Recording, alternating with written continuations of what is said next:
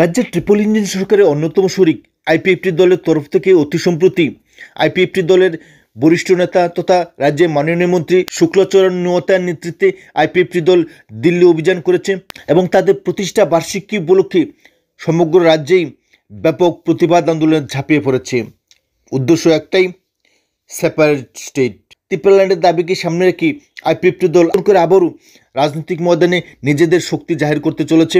তীব্রমত দলের পাশাপাশি আইপিএফটি দলও ত্রিপুরাল্যান্ড দাবিকে সামনে এনে আগামী দিন রাজ্য রাজনীতিতে উত্তাল পরিবেশ তৈরি করতে চলেছে এবং 2028 বিধানসভা নির্বাচনকে পাখির চোখ করে আইপিএফটি দলের অন্যতম বরিষ্ঠ নেতা মাননীয় মন্ত্রী শুক্লাচরণ নোয়াতে যেভাবে সেপারেট স্টেটের পক্ষে জোরালো সওয়াল করেছেন তা নিয়ে ইতিমধ্যেই ব্যাপক গুঞ্জন সৃষ্টি হয়েছে এবং যে বিষয়টা নিয়ে জোর চর্চা শুরু হয়েছে যে সরকারের অন্যতম দুই শরিক আইপিএফটি এবং ত্রিপুরামতা যারা ত্রিপুরাল্যান্ড এবং গ্রেটার ত্রিপুরাল্যান্ডের নামে এর যে সেপারেট স্টেটের পক্ষে সমর্থন করছে এবং রাজনৈতিক ময়দানে নিজেদের শক্তি জাহির করছে, যে বিষয়টি নিয়ে রাজ্যের মানুষের সামনে ব্যাপক সন্দেহ সৃষ্টি হচ্ছে তা হলো বিজেপি দল কি তাদের জোট শরিক তথা আইপিএফটি এবং ত্রিপুরামতা দলের সেপারেট স্টেটের দাবি সমর্থন করে? রাজ্যভাগের রাজনীতি কি বিজেপি সমর্থন করে?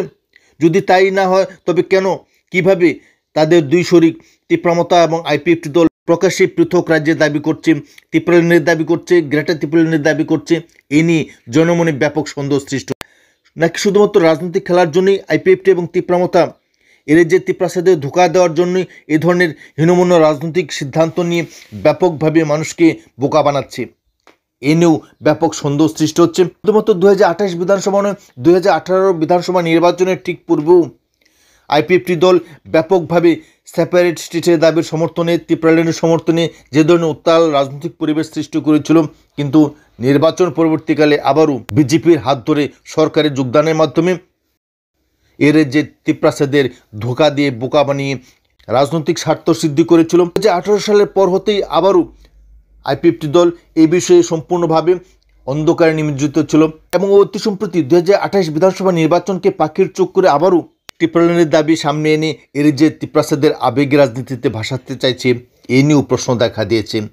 এর অন্যতম কারণ হলো ত্রিপুরামতা দলের এবং আইপিএফটি দলের এই দাবি বিজেপি সমর্থন করে কিনা, বিজেপি দল মানে কিনা, অর্থাৎ পৃথক রাজ্য বিজেপি সমর্থন করে কিনা।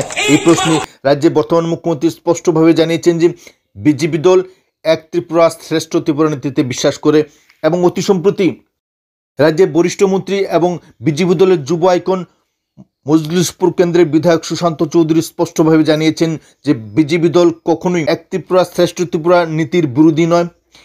ত্রিপুরাকে এক এবং ঐক্যবদ্ধ এবং সমৃদ্ধশালী হিসাবেই গড়ে তুলতে চায় বিজেপি, সেখানে অন্য কোনো নীতি আদর্শ মোটেও সমর্থন করে না।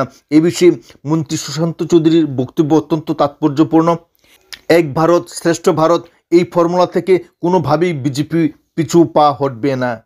এই যদি বিজেপি দলের আদর্শ হয়ে থাকে তবে নিশ্চিতভাবে ত্রিপুরামতা দল এবং আইপিএফটি দলের এই ত্রিপুরাল্যান্ড এবং গ্রেটার ত্রিপুরাল্যান্ডের দাবি বিজেপি কোনোভাবেই মেনে নেবে না। বিজেপি এর যে যতদিন শাসন ক্ষমতা থাকবে ততদিন গ্রেটার ত্রিপুরাল্যান্ড কিংবা ত্রিপুরাল্যান্ডের দাবি পূরণ হবে না, তা নিশ্চিত করে বলা যাচ্ছে।